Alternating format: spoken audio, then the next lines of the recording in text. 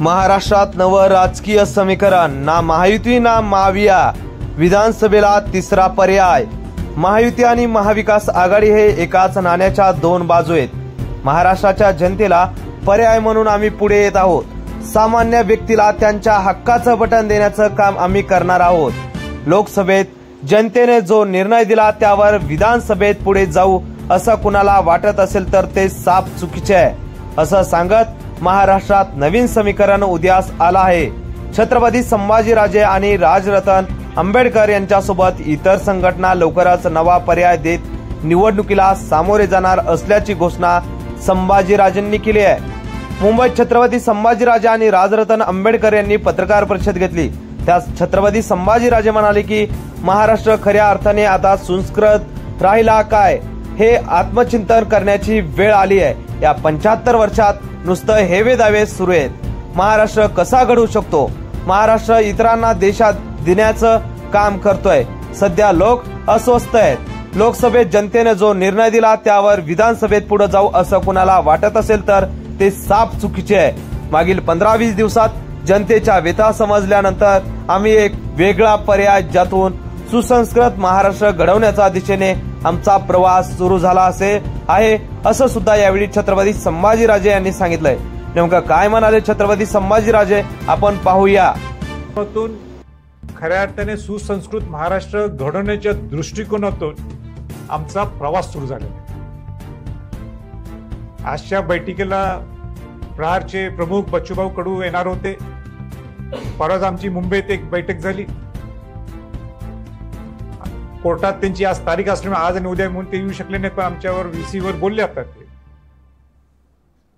बच्चूभाऊंच्यावर एक 4-5 मुद्दे आमचे जराशे मतभेद मी म्हणणार नाही, पण एका लाईनवर एका जागेवर येण्यासाठी एक आणि 2 मीटिंग लागतील. पण मला पूर्ण विश्वास आहे, आम्हाला सर्वांना विश्वास आहे, त्यात काही अडचण दिसत नाही.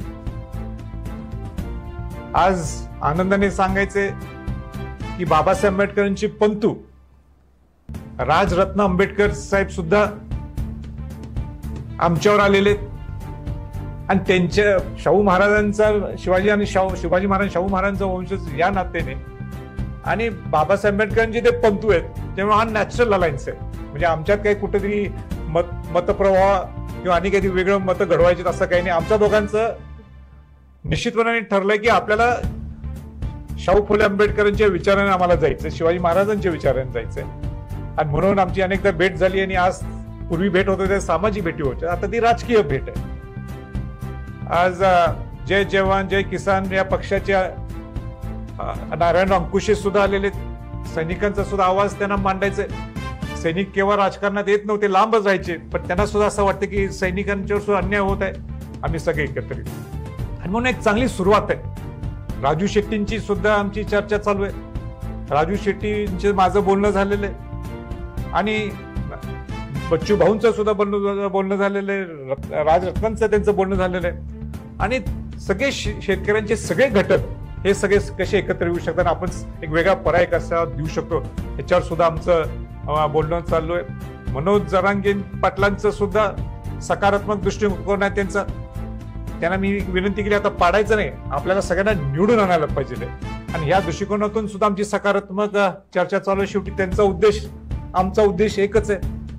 त्या ज्या शाहू महाराजांनी राजे शाहू महाराजांनी आमच्या पंजोबांनी जे आरक्षण दिलं बहुजन समाजाला, अनुसूचित जाती जमाती OBC आणि गरीब मराठ्यांना, तर त्यांना सुद्धा आरक्षण मिळावं म्हणून त्या दोघांचा उद्देश असल्यामुळे एक असल्यामुळं एकत्र येण्याची नुसती एक वेळ राहिलेली आहे असं मला वाटते.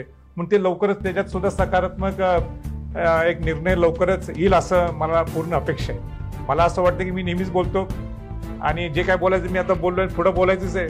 मला वाटतं 2 मिनिटं राजरत्न आंबेडकर साहेबांनी बोलावं, नंतर मग काय पत्रकारांना काय प्रश्न असतील ते आपण विचारावं. आमची सकारात्मक दृष्टिकोनातून चर्चा झाली. एक या 2 पर्यायापेक्षा महाविकास आघाडी महायुतीपेक्षा आमचा एक सुसंस्कृत महाराष्ट्र घडवण्यासाठी हा आमचा पर्याय आहे आणि हा सुसंस्कृत महाराष्ट्र घडवण्यासाठी आम्ही पुढे जाणार आहोत. या दृष्टिकोनातून आमची चांगली चर्चा झाली.